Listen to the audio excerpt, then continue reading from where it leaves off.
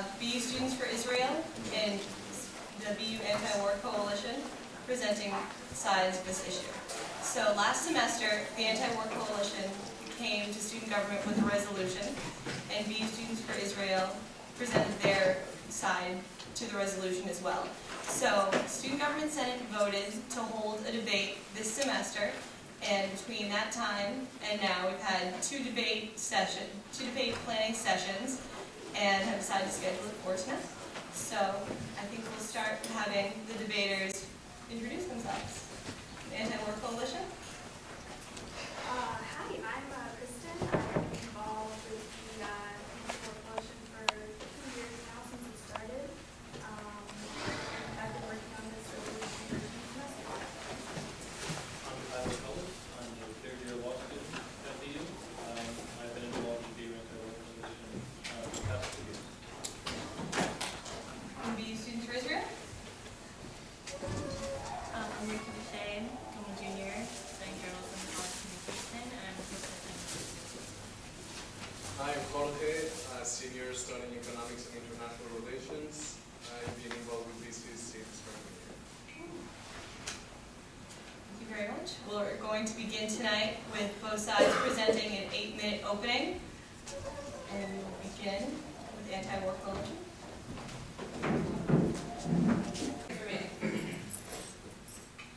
Begin. Ladies and gentlemen, thank you for joining us tonight. This debate is meant to open an educated discussion on the legitimacy of the sanctions as a tool of statecraft. Many people in the audience came today to hear about this issue and to get better informed. I encourage everyone to keep an open mind and a respectful attitude throughout the debate to make this a successful event. Tonight we're discussing a very sensitive and pressing issue that pertains us all. This debate is meant to allow different parties to express their opinion in order to create an academic and intellectual discussion for the benefit of our community. This event, organized by the AntiWar Coalition, left relevant parties, including the College Democrats and College Republicans, out of the conversation. Let us keep that in mind as we try to understand the different perspectives in this debate. In November 2011, the IAEA, the United Nations Nuclear Watchdog, passed a resolution almost unanimously expressing their increasing concern following a report that showed Iran had worked on designing an atomic bomb. 32 out of 34 member states endorsed the resolution, showing the international community's concern and determination to stop Iran in its search for nuclear weapons. This resolution is preceded by another one, passed a year earlier, condemning Iran for building a secret uranium enrichment plant. But to fully understand the international community's diplomatic approach vis-à-vis Iran nuclear program, we have to go back a few more years. In 2006, the United Nations IAEA issued a presidential statement calling for Iran to suspend its uranium enrichment program. The statement explained that Iran had failed to comply with its obligations as a signatory of the Non-Proliferation Treaty. It warned the Republic of Iran that without cooperation, sanctions would be put in place. The Security Council voted on a second resolution a couple of months later when Iran did not cooperate with the IAEA. Resolution 1696, voted 14-1, warned Iran that its failure to comply could result in punitive Security Council measures such as economic sanctions. The Iranian regime defiantly and irresponsibly did not cooperate with the resolutions, the Council or the rest of the world. Iran has refused to cooperate with the IAEA since 2006. The UN's nuclear watchdog found Iran to be in non-compliance with its NPT Safeguard Agreement, a collection of documents that outline cooperation between the UN and Iran to reach a peaceful solution.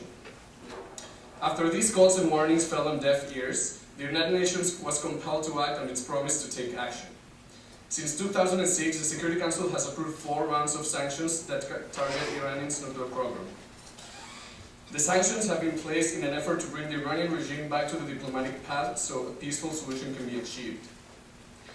The United States has worked with European countries and international organizations to try to stop the Iranian nuclear program, a priority for the current administration. Efforts to stop nuclear development in Iran are fundamental to protect the US security, maintain stability in the region, and avoid a dangerous arms race that could evolve into a region-wide conflict. Iran has been a hostile regime towards the US since the 1979 revolution and the Ayatollah's rise to power. The Islamic nation has been very vocal in its disdain towards US values and interests, but Iran's hostility has gone beyond rhetoric. The Iranian regime, most of the time acting through its proxies Hamas and Hezbollah, has attacked US and US-related targets around the world. These attacks have included military, diplomatic, and civilian targets. Allowing the Iranian to acquire nuclear weapon capability is not an option for the United States. The threat of Iranian hostility would escalate to an unprecedented level. US Congress has made this clear by imposing additional sanctions on Iran. These sanctions are intended to send a clear message to Iran. A peaceful solution is possible if you return to talks and negotiations. The US has sought to maintain a balance of power in the Middle East. This has included curbing the power of radical groups and supporting its allies in the region. These allies, namely Turkey, Egypt, and Saudi Arabia, and the 6 Gulf states, are under direct threat from Iran's nuclear program. They fear a nuclear Iran would grant it too much power. This is fundamental to fully understand the consequences of Iran developing nuclear weapons. The above-mentioned countries would engage in an arms race to counter Iran's nuclear capabilities. Stability, secure oil routes, trade, and peace in the region will disappear. If Iran becomes a nuclear power, millions of people's lives will be negatively affected. At a time when the world is working towards disarmament and peace, Iran is moving in the opposite direction. Countries that care for peace and stability have agreed that using sanctions is the least harmful way to bring Iranians back to the negotiation table. The least harmful because any other viable option would involve aggressive military confrontation, death, and destruction. The West, led by the US, is using sanctions precisely to avoid this outcome. Sanctions show, in their core, the constraint and patience the international community is exercising when dealing with the Iranian regime. Having many paths to protect its security, the US has chosen the diplomatic option. It has called on Iran to negotiate with the international community. Iran has refused. The Persian state abandoned the Paris Protocol in 2005, a roadmap for a peaceful solution to the conflict. Since then, Iran has been reluctant to allow inspectors to its nuclear facilities and has actually increased its efforts to attain nuclear weapon capability. Sanctions are the one tool preventing this conflict from evolving into a military confrontation. Despite all these efforts, the Iranian regime has proved extremely difficult to work with. They have dismissed calls for moderation and cooperation and have walked away from negotiations. Domestically, the leadership of Iran has become a raw government with little regard to the well-being of its citizens, or the rights of women and minorities. It has one of the worst track records in freedom of press and speech. Terrorizing measures are commonly used to discourage public displays of dissent. We are not dealing with a democratic and moderate regime. The Ayatollah, its revolutionary guard, and the executive branch of the government have destroyed any political opposition. In 2009, the government crushed a popular revolt that demanded better treatment for the civilian population. A general outcry for freedom and democracy that worked in neighboring countries such as Egypt and Tunisia was brutally terminated by the Iranian army. Its will to stay in power has led the regime to commit unspeakable crimes against its own people. The world cannot afford to let this same regime threaten the stability of the peace in our planet. The US has shown its determination to stop Iran from acquiring nuclear weapons. Congress and the Senate have approved sanctions against Iran's economy almost unanimously. The last round of sanctions was approved 94-0 in the Senate. The country is determined to protect itself and its citizens from the threat of an atomic Iran. America has come together as a nation, regardless of party or political affiliation, to act strongly against Iran's aims. Sanctions are a legitimate tool a state can use to protect its citizens from an imminent threat. And it is working. The crippling sanctions have affected the Iranian economy, and for the first time in more than a year, Iran is willing to hold negotiations on its nuclear program. Talks are supposed to begin next month. Let us hope that Iran will seriously engage in the talks so the sanctions can be brought to a halt and trust and goodwill can be restored. Thank you. Thank you.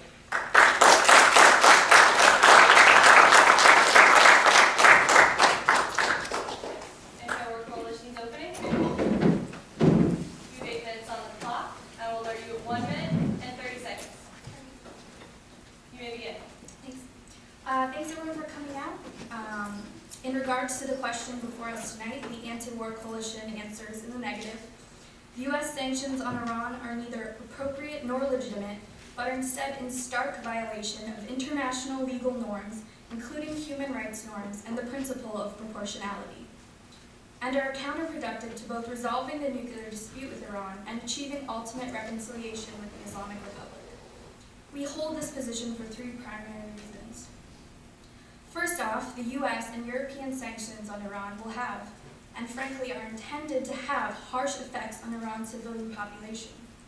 Writing in The Hill, the congressional newsletter, Democratic House Representative Brad Sherman outed the animating principle behind the sanctions, writing, quote, "Critics argue that the sanctions will hurt the Iranian people. Quite frankly, we need to do just that." Sherman's honest and quite vulgar appraisal of the intent behind the US sanctions regime should be cause for serious cognitive dissonance for those ascribing to the idea of targeted sanctions. The US sanctions on Iran are in fact targeted, but quite deliberately targeted at Iran's civilian population. To be clear, the humanitarian effects of the US sanctions regime no longer remain hypothetical. Last October, the United Nations noted that the sanctions were having significant effects on the civilian population, including an escalation in inflation, a rise in commodities and energy costs, an increase in the rate of unemployment, and a shortage of necessary items, including medicine.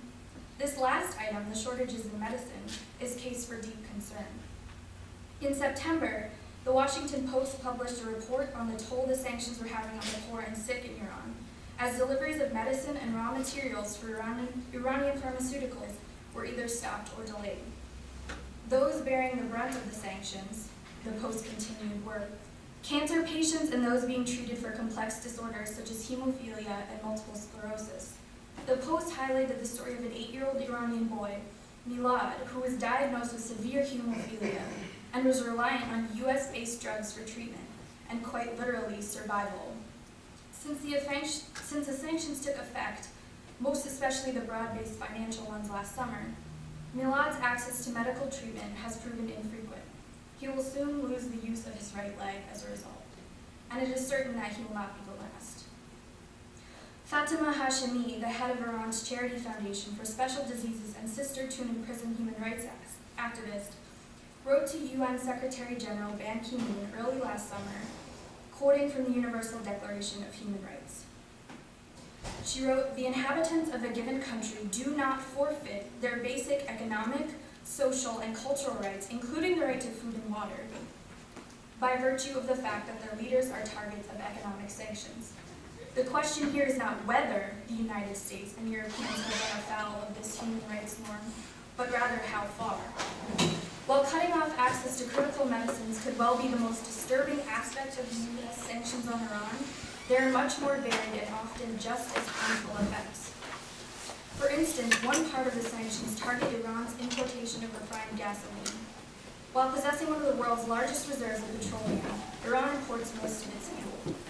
Since Congress started to target gasoline imports, Iran has been forced to refine its gasoline without the technological know-how or the capacity to do so, and certainly not at safe levels. This has led to an exacerbation of Iran's pollution crises, which have been going on for decades but have taken a dramatic turn in the wrong direction over the past few years. Tehran's municipal government estimates that around 45,000 Iranians die each year from respiratory illness caused by air pollution.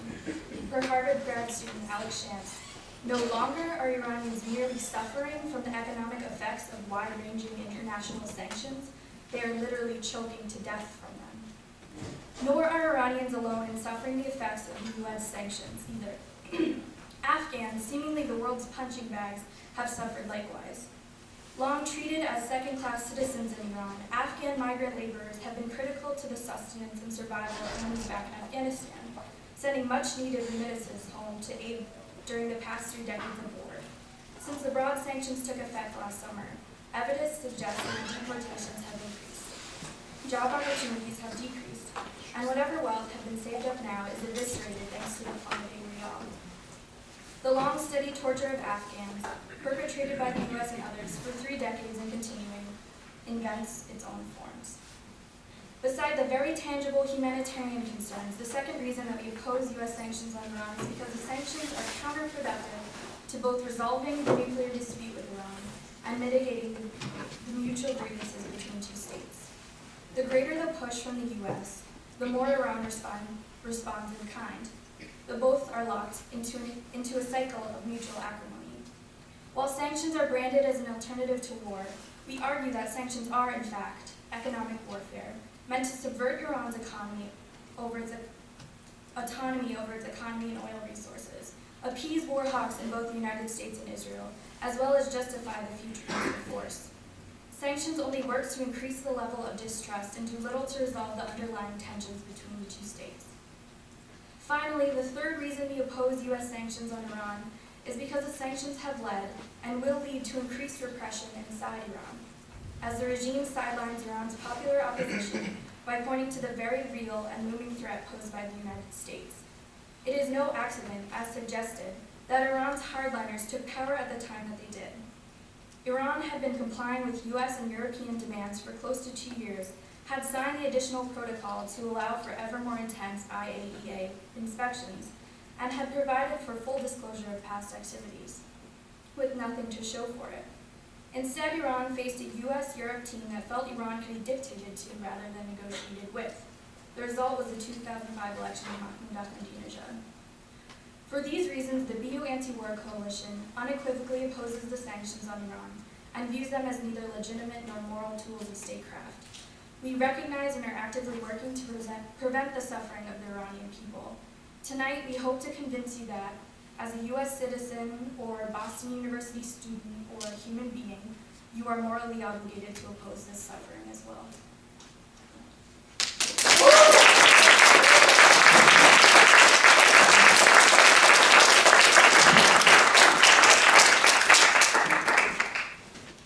Thank you. In the next section in the debate, we're going to have 3 4-minute arguments and counter-arguments presented from each side.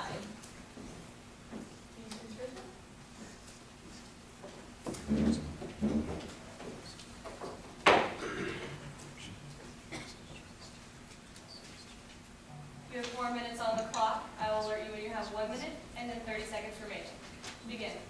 Okay, thank you for being here. I know everyone in this room is here because either they're passionate about this or they're supposed to be here. So I hope that you will open your mind and learn something new today, and I'm sure you already have. I want to address a few things that Kristen just said. Number one, that the sanctions are intended to have harsh effects on the population. I think everyone in this room can agree that negative effects on individuals and civilians are not something that anyone can support. However, my question is why the Iranian government doesn't respond to their people suffering, and that's what my line of thinking is when I hear about these sanctions. I think that for good reason, there's a lot of distrust about U.S. foreign policy, but in this case, as you can see, there are a lot of things going on that don't just have to do with civilian populations. There's a serious nuclear threat that Iran poses to civilians. Which civilians? Civilians in the U.S., because of the anti-use rhetoric, we're called, I don't know if you know this, but the U.S. is called the Satan, like the big Satan. Israel's the little Satan. That's not just rhetoric. As you know, when irrational leaders use rhetoric, they should be taken seriously. Another thing I wanted to address was the idea that the sanctions are counterproductive to bringing Iran to the negotiation table, and that this is part of a political dispute that's just between the U.S. and Iran. But as we discussed, there are many countries that are at play here, namely U.S., Israel, Saudi Arabia, the surrounding countries of Iran that could also be involved in nuclear arms race.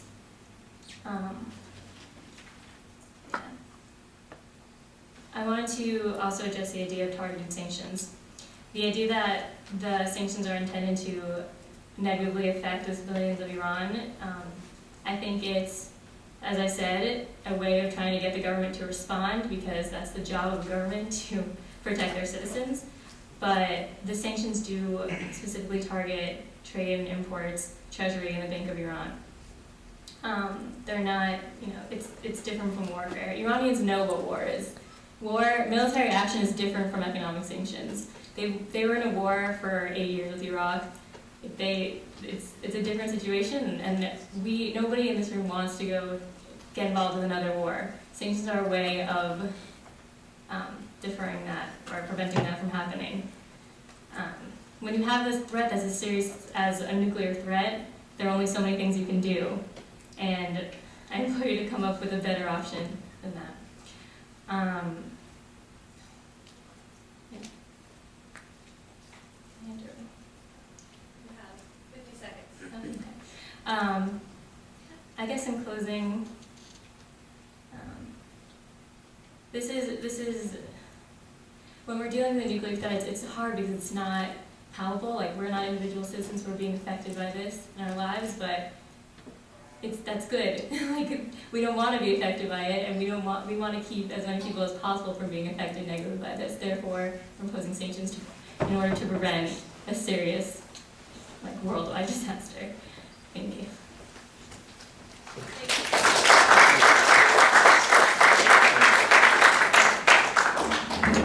AntiWar Coalition, you have 4 minutes. I'll alert you at 1 minute and 30 seconds. Begin.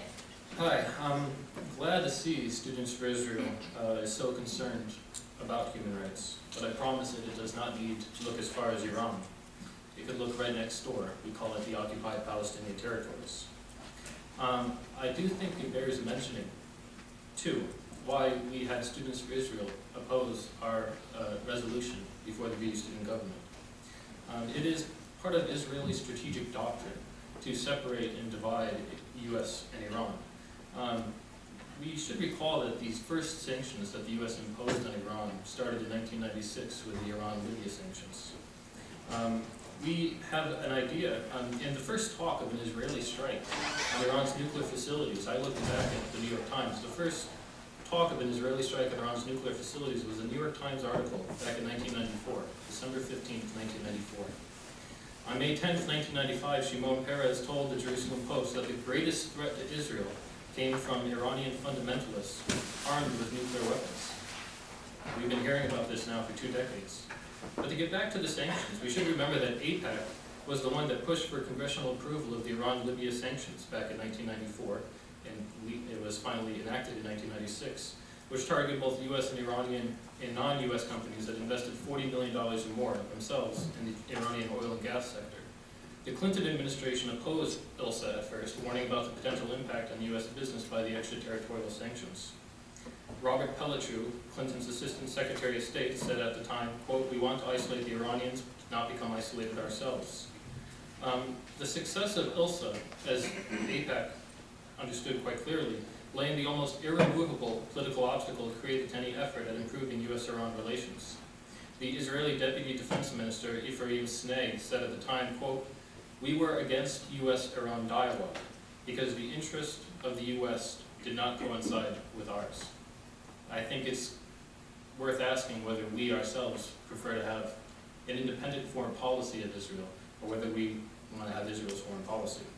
In the opening remarks, my opponent said a couple of things. One, they discussed the Security Council resolutions. I think the Security Council resolutions are a good subject. It's the subject of my cert paper at the law school. The Security Council resolutions, there's a good argument that the Council actually acted beyond its powers, because under Article 39 of the UN Charter, the Council is required to make a finding of either a threat to the peace, a breach of the peace, or an act of aggression. The Council could not do so because of Russian and Chinese opposition, but nonetheless, the Council voted as it did and enacted the sanctions. So there's a good argument that the sanctions themselves, at least the ones imposed at the UN, are in fact illegal. But we should also bear in mind that the brunt of the sanctions have nothing to do with the UN. The UN sanctions are rather mild. The major sanctions come from the United States, acting unilaterally, and the Europeans acting unilaterally. No one else in the world imposes the kind of sanctions regime that the U.S. and Israel does, and the U.S. and European do. We also had a discussion about the additional protocol, which Iran voluntarily signed in 2003 under the Tehran Declaration, and then withdrew from 2005. I think it bears mentioning why Iran withdrew from the additional protocol in 2005. It withdrew because,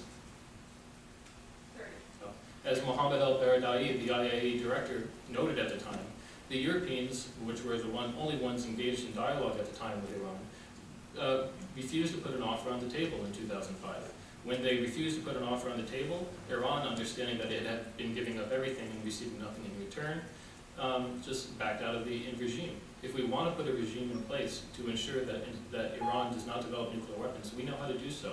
We can engage with Iran in dialogue.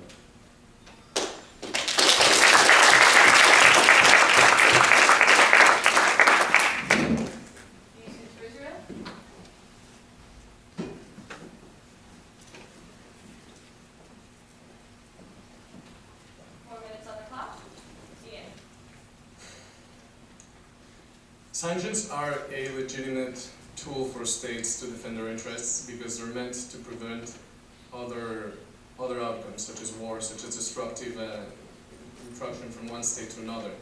We have to remind ourselves that this is a very complex situation in which Iran is not cooperating with the international community to resolve the nuclear issue, and that's the underlying issue here. That's something I haven't heard from my opponents talk about. Many countries have sanctions against other countries, and the reasons might be more or less legitimate. Iran and many other Arab countries have sanctions against Israel, with penalties varying from time in prison to death if they're discovered trading with the Jewish state. And I think that the point that Tyler made about the US and Israel foreign policy being combined or in sync, I think we need to take a careful look about that, because to claim that Israel controls US foreign policy, it only shows a lack of respect for US policymakers and to our group. And I think the people in this room are smarter than that. Some of the resolutions that the Iranian regime has broken as part of their nuclear program haven't been addressed at all. They were requested to cooperate to show the IAEA their nuclear facilities in order to create an environment in which they could attain nuclear energy. This hasn't happened. There's a lot of concealed, there's a lot of secrets. There hasn't been a positive or cooperating attitude from Iran towards the UN in order to resolve this in a positive manner. That's why sanctions are the best we can hope for now. That's why sanctions are meant to encourage, in a way, the Iranian regime to sit with the US, with the EU, and the Security Council to resolve what seems to be a very, very dangerous situation. No one wants to see a regime like the Iranian regime holding nuclear weapons. It would shift the balance of power in the Middle East. It would create an arms race. It would propel something very, very close to scenarios we don't even want to talk about. So I would really like to hear, really like to know, if this is not the way to go, then what is the way to go? How do you solve this situation that is so complex and that has proven that the parties are so staunch in their positions? How do you convince the Iranian regime to go back to a negotiation table so this issue can be resolved? That's what we're here to discuss. Thank you.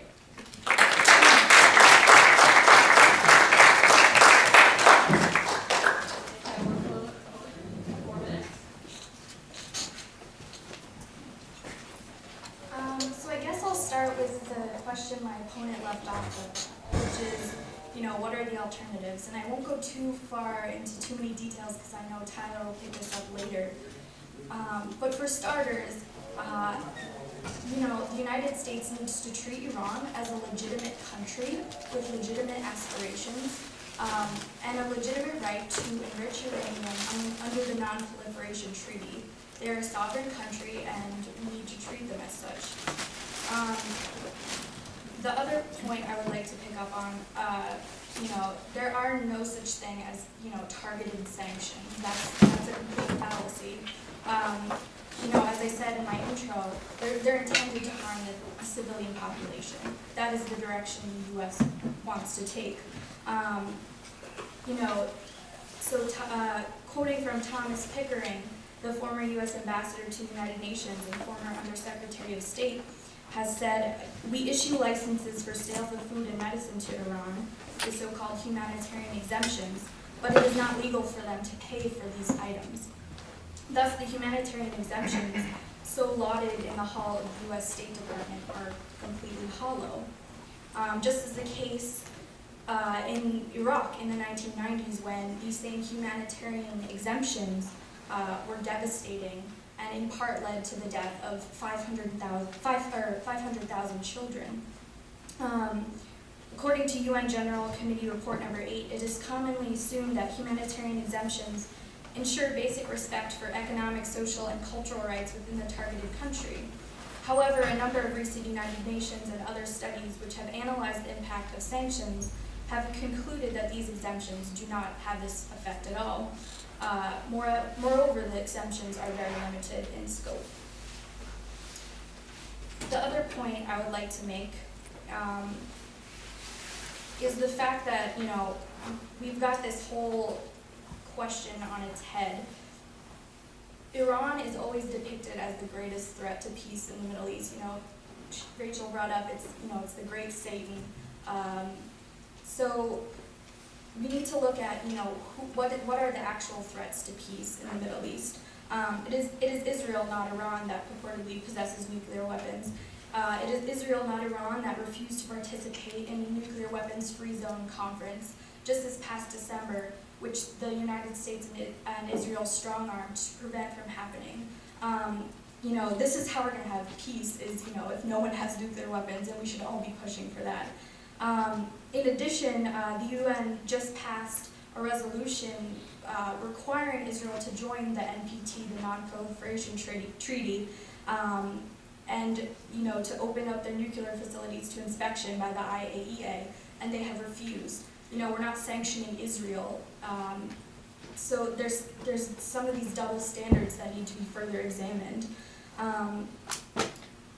Quoting my buddy Noam Chomsky, Americans can hardly be aware of how diplomacy has once again failed for a simple reason. Virtually nothing is reported in the U.S. about the fate of the most obvious way to address the greatest threat: establish a nuclear-free weapon zone in the Middle East.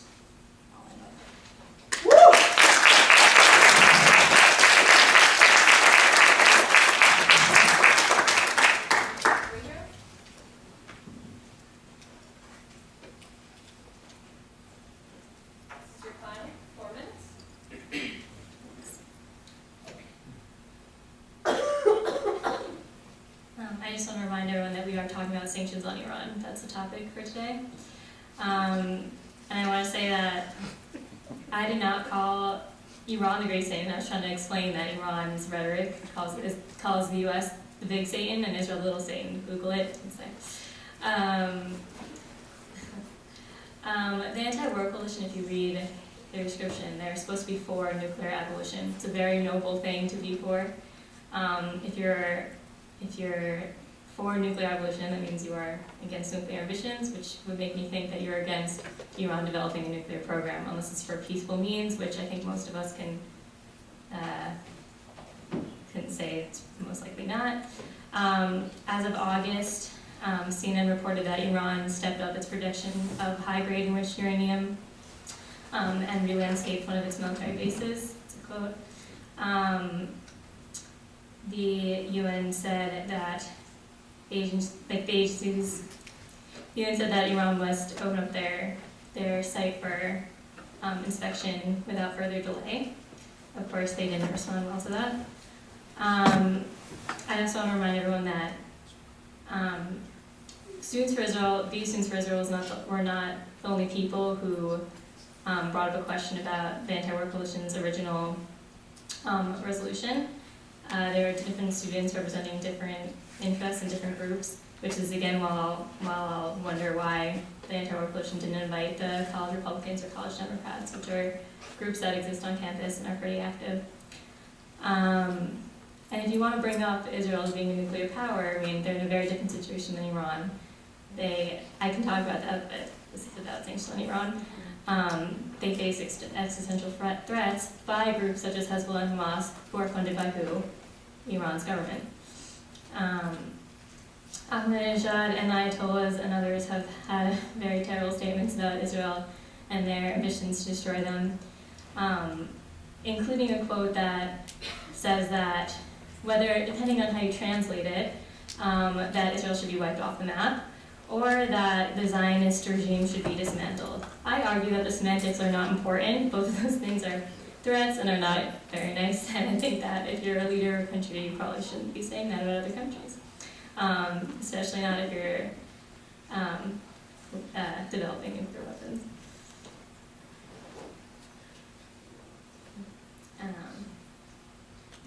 Thanks.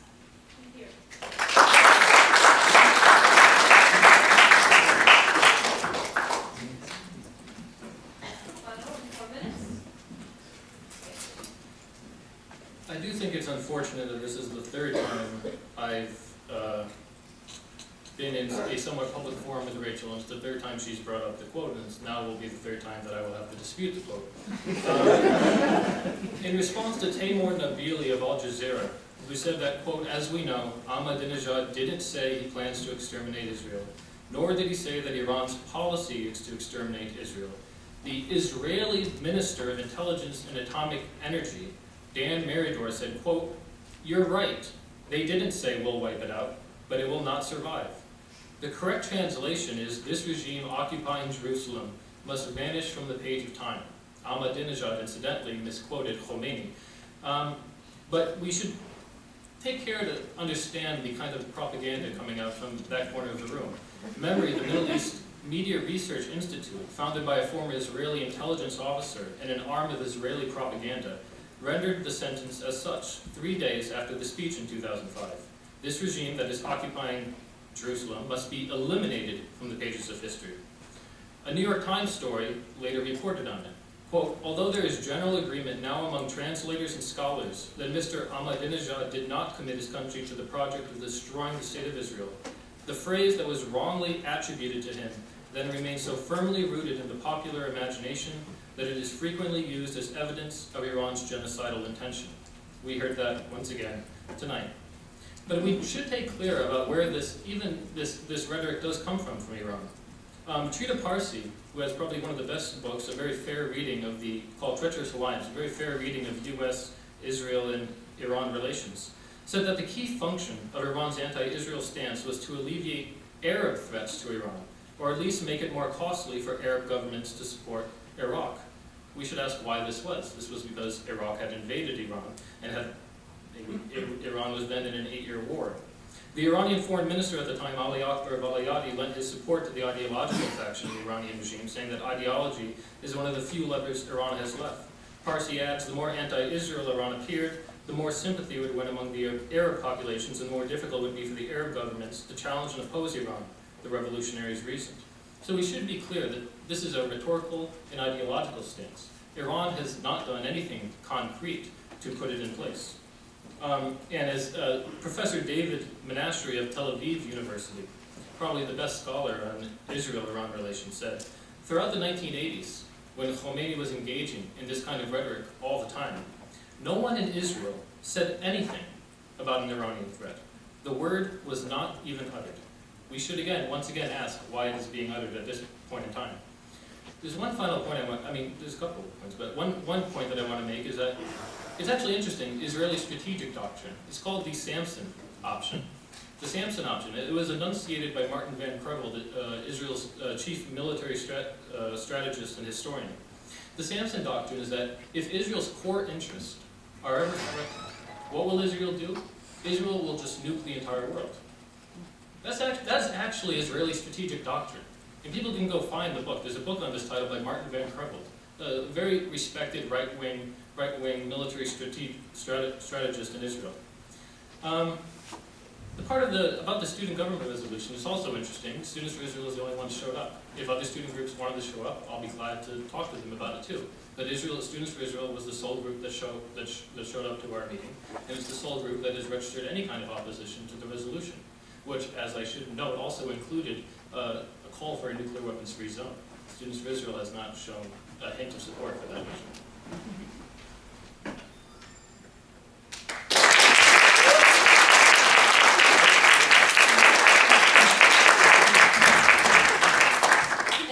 Section of the debate tonight, both sides will present an 8-minute closing argument.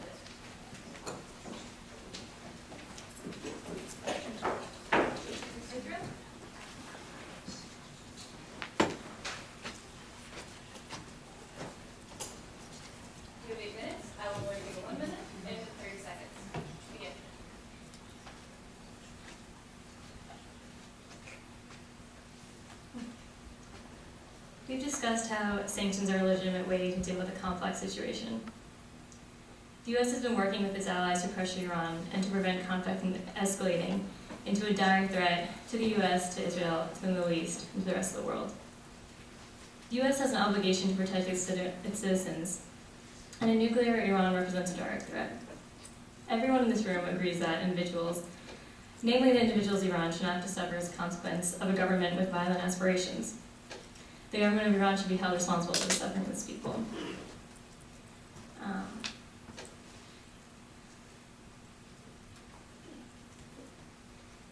We know that this is not a black and white issue. I believe that rather than coming here with a closed-minded stance on something, we be more open about the issues at hand and acknowledge each other's points. I don't know. I, for one, I'm not into debating, you can probably tell. I'm somebody who believes in sharing ideas and working towards real solutions. You know, talking about real concerns and not just coming up here and knowing what you're going to say and, you know, just feeling for something and pretending that there's a right and a wrong to everything. I mean, we come to college to learn about how things aren't always right and wrong. I'm not a third-year law student. I'm a junior in college communication. I'm not here to use to use all my research and, talk you into believing something that, that there are many sides to. I'm just here to show that I don't believe in someone coming to the table and saying, this is what I believe, and the entire thousands of people at this university should agree with me and go in direct opposition to the U.S. And yeah, I don't believe in that. I believe in open discussion beforehand. And we're not politicians. There's often polarization that happens in politics, and I don't want that on this campus. It's not about being polarized. It's about conversation. It's about real solutions, like I said before. I admire the AntiWar Coalition for being passionate about something and for bringing it this far. But at the same time, I don't have much respect for coming up in front of a lot of people and trying to do some mudslinging.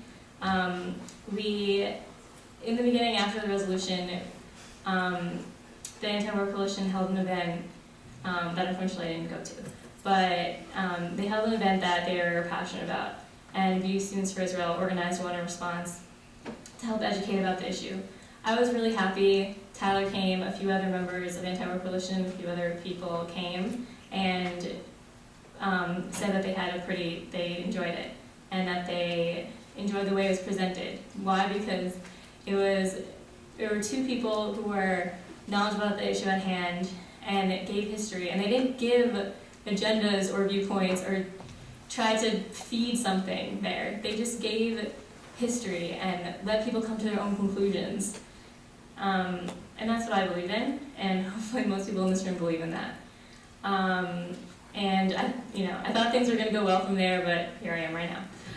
So I hope that some of the things you've said tonight, Jorge more than me because he's a little bit more qualified. He majors in international relations. He's very smart. Hopefully you've learned something new. And by all means, keep discussing it. I mean, the AntiWar Coalition said that they are here to facilitate discussion, and I'd like to see that come true. Yeah. Thank you.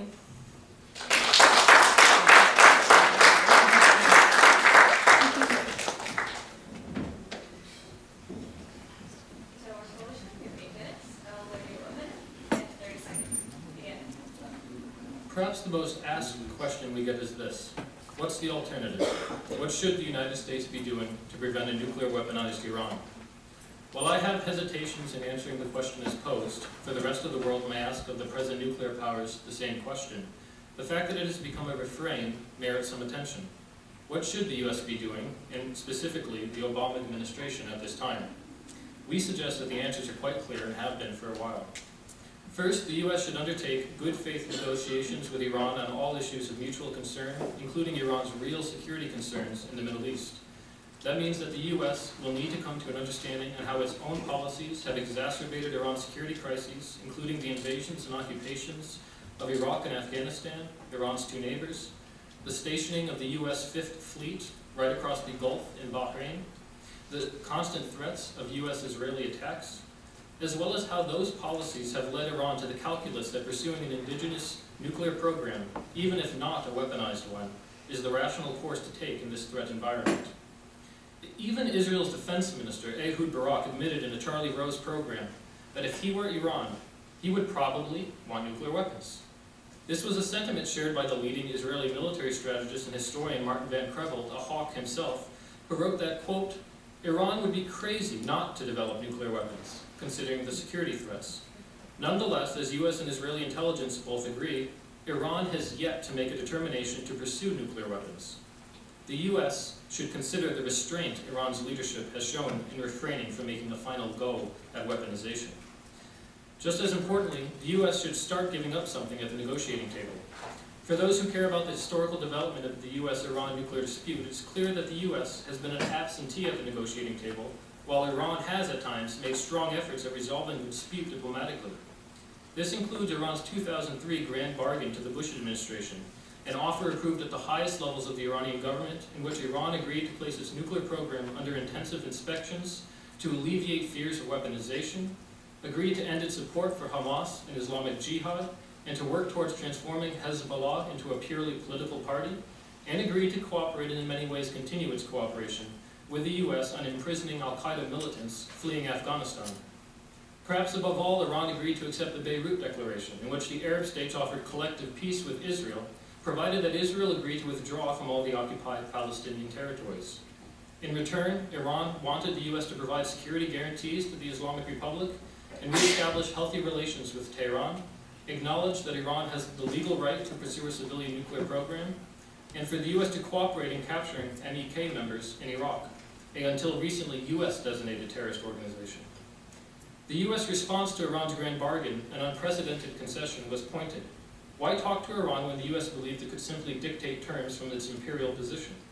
Lawrence Wilkerson, Defense Secretary Colin Powell's chief of staff at the time, relayed the internal discussions amongst the Bush administration and highlighted that the general feeling in the administration was that the U.S. didn't need to talk to Iran because Tehran was next on the map in the administration's imperial misadventures. That being so, the U.S. didn't even give Iran the courtesy of a reply. Instead, it was tossed aside. But we should be asking, how has this decision played out? The U.S. never marched into Tehran, and Iran has since then accelerated its civilian nuclear program to the point where it has virtual breakout capacity, meaning the point at which it could make a final go at weaponization, should it so desire. We think it is clear that the Bush administration's reaction was a colossal strategic error, one that the U.S. and Iran are both paying the price for right now. The U.S. sanctions regime, we argue, repeats this strategic error. Second, the U.S. should recognize Iran's right to enrich uranium and support efforts at building up the robust inspections regime that came into existence briefly between 2003 and 2005. Per Article 4 of the Nuclear Non-Proliferation Treaty, state parties have, quote, the inalienable right to develop research, production, and use of nuclear energy for peaceful purposes without discrimination. The fact that the U.S. withholds recognition of this legal right tells a tale of the level of U.S. hostilities towards Iran and its unwillingness to grant even a morsel. In fact, this failure to accord Iran recognition of its right to a civilian nuclear program led to the breakdown in talks in 2005. Iran had signed the additional protocol, opened its nuclear program up to highly intrusive inspections, stopped enriching uranium during the talks, and had come clean over its past activities to the IAEA, and in return had received a flippant offer of future undefined promises on the part of the Europeans. It is clear, as former Iranian diplomat and now fellow at Princeton University, Syed Hossein Mousavian, what the terms of a future deal will be. It is just simply that the U.S. and the Europeans, alone in the world, refuse to accept these terms and offer them to the Iranian government. Until that happens, we can expect the worst. Third, and perhaps most important, the U.S. should support efforts at establishing a nuclear weapons-free zone in the Middle East, a project that Iran strongly backs and has regained currency after the UN General Assembly's vote in 2010. This past December, Finland was to play host to a conference on establishing exactly such, but the U.S. backed out in the weeks leading up to it and thus effectively canceled it. But there continues to be strong public support for a Middle East nuclear weapons-free zone amongst the region and its people, including in Israel, where 64% of Israeli Jews supported the idea, even considering that Israel itself would need to disarm. The U.S. should accede to the wishes of the overwhelming majorities and end its unilateral opposition to the idea of a nuclear weapons-free zone in the Middle East.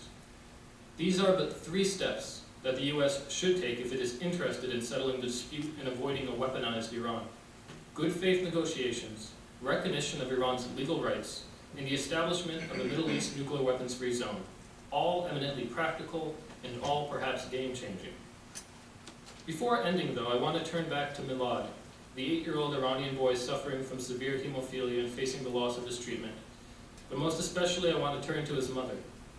Dealing with the worst of fates, that of watching one's own child suffer without warrant and being able to do little to relieve the child's pain, she said something that should be a source of shame for each of us. Noting that she did not know which countries were imposing the sanctions that had caused the shortages in her son's drug treatment, she said, and I quote, "I am really worried. My son's life is at risk. No human beings can be so brutal to the sick."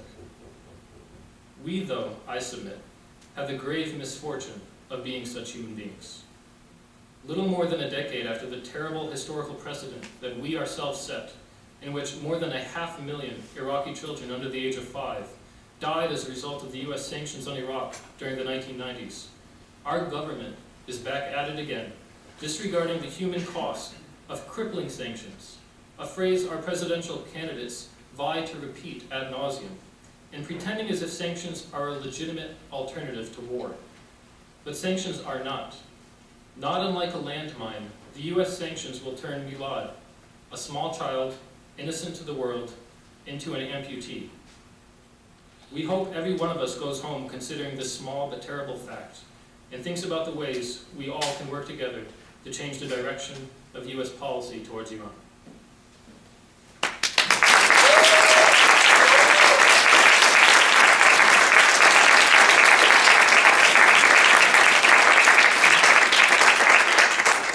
On behalf of the Boston University student government, thank you all so much for coming. Thank you so much to the debaters, Kristen, Tyler, Rachel, and Jorge, for coming out and initiating the conversation and really bringing it close to home.